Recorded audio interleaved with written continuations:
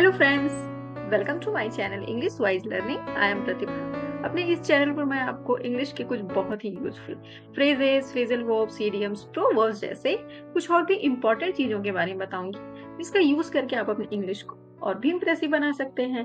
तो चलिए video start करते हैं। आज हम पढ़ेंगे better late than never proverb के बारे में। बेटर लेट देन नेवर एक इंग्लिश प्रोवर्ब है। देखिए, जब बात प्रोवर्ब्स की आती है तो मैंने आपको पहले ही बताया है कि जो प्रोवर्ब्स होते हैं वो हमें हमारी लाइफ से जुड़े हुए कुछ लेसन सिखाने की कोशिश करते हैं, ठीक है। जो हमारे हमारे बुजुर्ग लोग, हमारे बड़े लोग हमें बता के गए हैं। तो जैसे कि ये इंग्लिश प्रोवर्ब है, बेटर लेट देन नेवर। इसका क्या मतलब होता है? बेटर लेट देन नेवर का मतलब होता है कि इसको आप दो तरीके से दे सकते हैं। पहला तो जैसे कि कोई चीज है, मान लीजिए बहुत लेट हो गया है, लेकिन फाइनली वो हुआ, तो वहाँ पे आप एक पॉजिटिव वे देख सकते हैं कि चलो नहीं होने से तो अच्छा है ना कि ये काम फाइनली हो गया, ठीक है। एक ये सिचुएशन हो सकती है।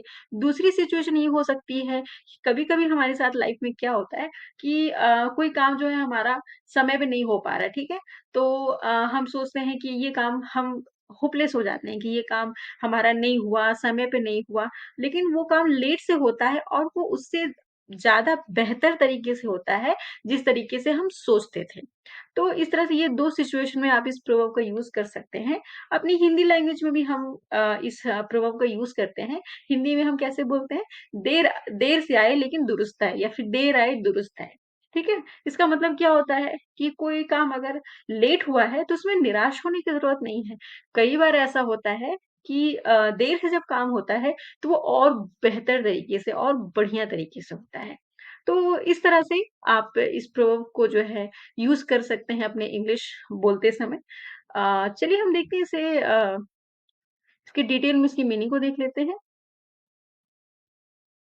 It means that doing something let is better than not doing it at all.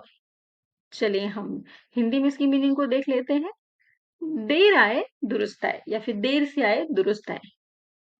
तो आप लोगों ने हिंदी और इंग्लिश दोनों में इस प्रोवर्ब की मीनिंग को देख लिया। अब हम देखेंगे उसे सेंटेंस में कैसे यूज़ करना है। इसके लिए हम उसके कुछ एग्ज़ाम्पल्स को देखेंगे।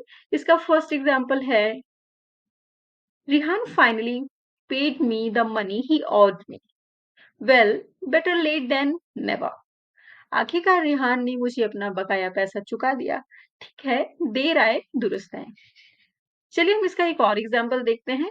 इसका सेकंड एग्ज़ाम्पल है, sorry, I was late for the meeting today. I got stuck in traffic. That's okay. Better late than never. क्षमा करिए, मुझे आज मीटिंग में आने में देर हो गई। मैं ट्रैफिक में फंस गया था। ये ठीक है, देर आए दुरुस्त आए। तो आप लोगों ने हिंदी और इंग्लिश दोनों में इस प्रोवर्ब की मीनिंग को भी समझ लिया और उसे सेंटेंस में कैसे यूज करना है ये भी आप लोगों ने देख ही लिया। अब हम चलते हैं प्रैक्टिस सेट की तरफ। तो रेडी हो जाइए प्रैक्टिस सेट के लिए। आज हम कुछ फ्रेजेस की प्रैक्टिस करेंगे। फर्स्ट सेंटेंस है, there is fill in blank water all over the floor. यहाँ पे नथिंग बट का यूज होगा या फिर कट द क्रैप का। नेक्स्ट सेंटेंस है, I am busy tomorrow fill in the blank. यहाँ पे नॉट ऑल दैट का यूज होगा या फिर सो एम आई का। नेक्स्ट सेंटेंस है, math is fill in the blank complicated. यहाँ पे नॉट ऑल दैट का यूज होगा या फिर नथिंग बट का। नेक्स्ट सेंटेंस है, fill in the blank I have to pass this exam. यहाँ पे नॉट ऑल दैट का यूज होगा या फिर समहाउ और द अदर का।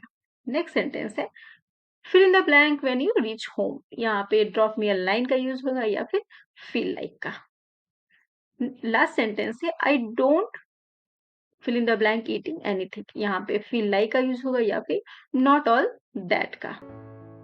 तो प्रैक्टिस सेट के थ्रू फ्रेजेस की प्रैक्टिस भी हो गई और इस वीडियो में आप लोगों ने better late than never proverb की मीनिंग को भी समझ लिया और उसे सेंटेंस में कैसे यूज करना है ये भी आप लोगों ने देख लिया।